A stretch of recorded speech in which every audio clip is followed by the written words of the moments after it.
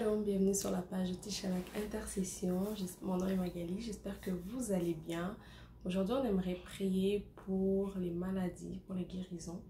Et tout, on doit prier que le Seigneur puisse guérir toute maladie que nous pouvons avoir dans le corps, dans l'âme, dans l'esprit. Et briser aussi tout ce qui est héréditaire. Des fois, on reçoit un peu de nos parents dans les gènes. Alors, on aimerait prier ensemble et tout. Et on va prendre Ésaïe 53. Je vais lire à partir du verset 4. On parle du Seigneur. 4 et 5, on parle du Seigneur. On dit, cependant, ce sont nos souffrances qu'il a portées, c'est de nos douleurs qu'il s'est chargé. Et nous l'avons considéré comme puni, frappé de Dieu et humilié, mais il était blessé pour nos péchés, brisé pour nos iniquités. Le châtiment qui nous donne la paix est tombé sur lui, et c'est par ses meurtrissures que nous sommes guéris. Donc, on va prier avec cette parole qui nous dit que justement, on a au moins trois assurances là-dedans où on dit qu'il était blessé pour nos péchés. Donc, il n'y a plus aucun péché qui peut nous lier encore. Donc, si c'est parce que peut-être je vis dans la désobéissance, dans la parole de Dieu, alors je me répands, je dis Seigneur, tu as été blessé pour mes péchés, alors restaure-moi, je ne veux plus vivre comme ça. Et ensuite, on nous dit, il est brisé pour nos iniquités. Dans toute injustice, tout ce que nous pouvons faire envers notre prochain et tout qui est contraire à la parole de Dieu. Alors nous avons l'assurance qu'en allant vers lui, il va nous pardonner. Et le châtiment qui nous donne la paix est tombé sur lui et c'est par ses meurtrissures que nous sommes guéris. Donc nous allons réclamer cette guérison sur toutes sortes de maladies, sur tout ce qui peut paralyser, que ce soit notre corps, notre âme, même la maladie mentale. On va prier aussi que le Seigneur, par le sang de Jésus qui a été versé à la croix, puisse nous guérir. Amen. Père Dieu de gloire, nous bénissons ton nom en ce moment. Nous glorifions ton nom et nous prions, éternel Dieu, que tu puisses nous rencontrer, que tu puisses guérir notre âme, notre mental, notre physique, que tu puisses guérir notre esprit, Seigneur, tout ce qui nous lie dans l'esprit, tout ce qui nous lie dans l'âme, tout ce qui nous lie dans le corps, nous libère maintenant, car ta parole nous dit que c'est par tes meurtrissures, Seigneur, que nous sommes guéris. Alors nous prions, nous déclarons la guérison, nous déclarons la guérison dans la vie de chacun d'entre nous. Nous déclarons, Seigneur, la guérison totale et complète. Nous refusons, Seigneur, des récidives. Nous refusons, Seigneur, Père, de rechutes. Nous refusons cela au nom de Jésus.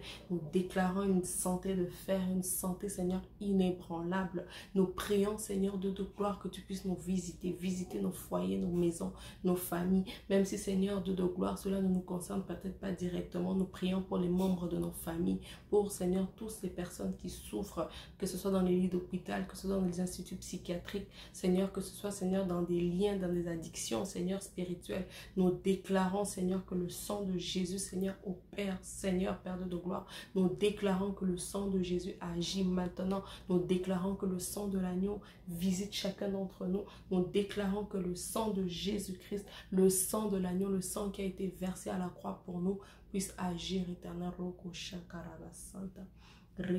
Seigneur, que ce soit des maladies qui ont duré pendant des années, quel que soit, Seigneur, Père de gloire, la source, nous déclarons, Seigneur, que cela nous laisse maintenant. Nous déclarons, Seigneur, Dieu Tout-Puissant, ta grandeur, ta puissance éternelle, Papa. Nous prions, éternel, que tu puisses nous restaurer à tous égards, Seigneur, Dieu de gloire. Merci, Seigneur Jésus, Papa. Des fois, la culpabilité nous lie dans des mots inutiles, en fait. Je ne suis pas en train de dire qu'il faut vivre dans le péché, puis vivre sans aucun remords et ne pas penser aux conséquences de nos actes. Mais je suis en train de parler à quelqu'un qui vit dans la culpabilité.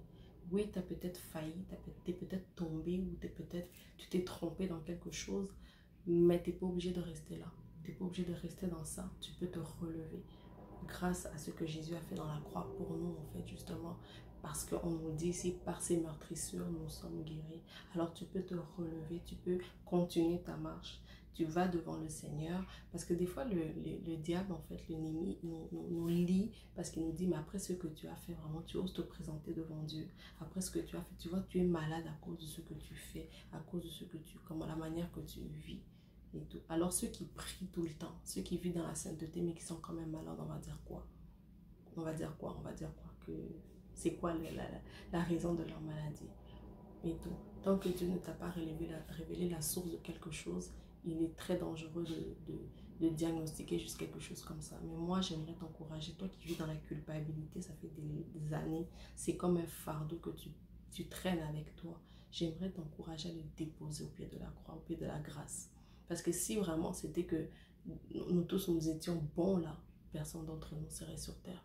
Personne d'entre nous pourrait même se tenir à parler même de Dieu parce qu'aucun d'entre nous ne mérite rien du tout. C'est par la grâce de Dieu que nous sommes ce que nous sommes.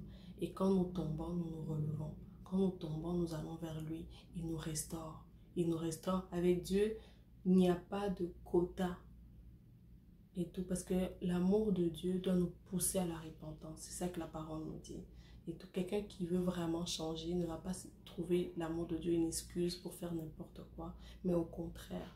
Donc, ne laisse pas le diable te paralyser dans la culpabilité ou les gens peut-être que c'est comme tu entends des remords, des accusations.